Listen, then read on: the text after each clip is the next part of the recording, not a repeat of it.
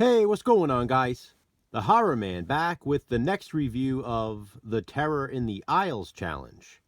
This time, Jason and I watched Poltergeist.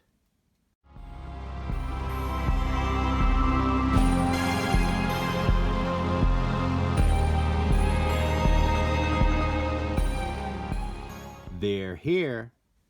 Poltergeist is a 1982 horror film, written by Steven Spielberg and directed by Tobe Hooper, supposedly. Many believe it was actually Spielberg that did most of the directing. Watching the film, I'd agree. This is definitely more of a Spielberg movie than it is a Hooper. I'm gonna come right out and say it. I've never been a huge fan of Poltergeist. I don't dislike the movie, it's just never been one of my favorites. But scenes from it are featured in Terror in the Aisles, so it's part of the challenge. Scenes in Terror in the Aisles include the tree attack scene, as well as the clown doll. The Freeling family seems like the all-American suburban family. They live in a nice house, in a nice neighborhood. Steve Freeling, the father, is played by Craig T. Nelson. Jo Beth Williams plays his wife, Diane. They have a 16-year-old daughter named Dana, and 2 young children, Robbie and Carol Ann. Steve is a real estate agent, but he has no idea that his own house was built over a cemetery. The worst part is, the bodies were never moved. This, of course, results in the house being haunted. Furniture such as chairs move on their own, and they even stack up on top of each other.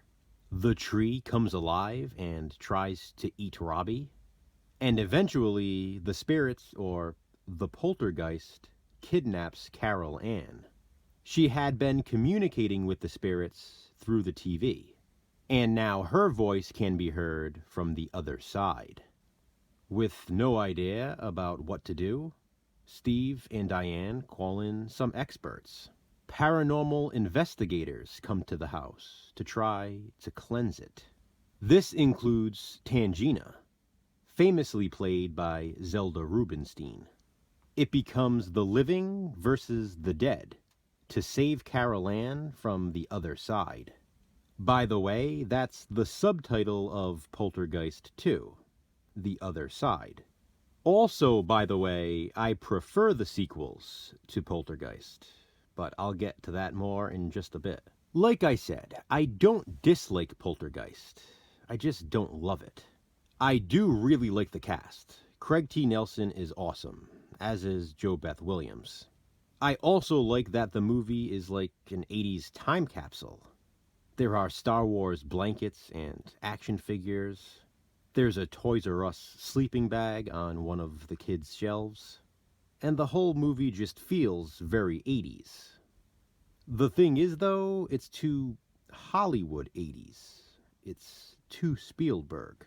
I almost feel the movie would have benefited from a lower budget, if that makes sense.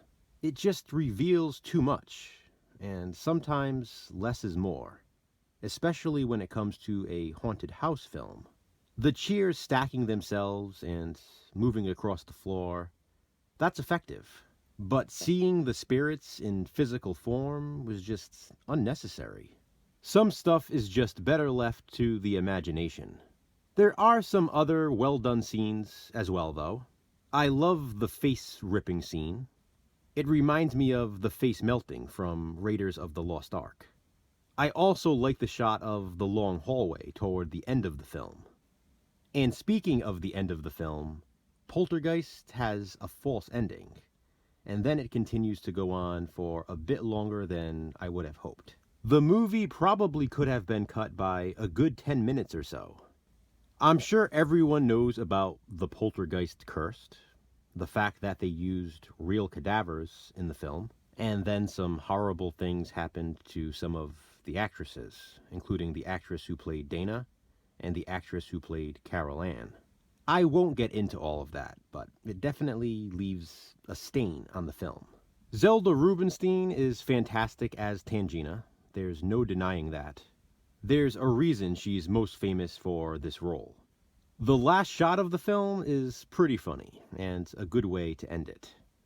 Ultimately, though, while it's not one of my least favorite horror films of all time, it's certainly not one of my favorites. I do still enjoy Poltergeist to some degree, but like I said earlier, I just prefer the sequels. Especially Poltergeist 3, which was originally going to be my relatable recommendation. I like that this one is set in a high-rise, and I like that Nancy Allen stars, since she's also one of the hosts of Terror in the Aisles. That's why I felt I still needed to show Poltergeist 3, because of that connection. If I'm going to watch a Poltergeist film, it's usually going to be Part 3. My actual recommendation, though, is House. House is a 1985 horror film, and for me, this is the kind of haunted house movie I like. I prefer the looks of the ghosts in House. They look more like creatures with practical creature effects. The movie is about writer Roger Cobb, played by William Catt, who moves into his aunt's house after she commits suicide. It's the same house where earlier, his son disappeared in the pool. He didn't drown, he just vanished, never to be seen again. Roger searches for his kidnapped son, the same way the Freeling family searched for Carol Ann, who was kidnapped by the Poltergeist in Poltergeist. There's also the sitcom connection. Craig T. Nelson, who played in Poltergeist, obviously played in Coach. Roger Cobb's neighbor in House is played by George Wendt from Cheers. House is just a super fun haunted house flick. What do you think of Poltergeist? Comment below and let me know. And please be sure to check out Jason's review. They're here and we're here, all throughout the year and into next, reviewing the rest of the films in the Terror in the Aisles Challenge. What's up next? Check back soon to find out. Thanks for watching, guys. Hit that thumbs up and be kind. Subscribe.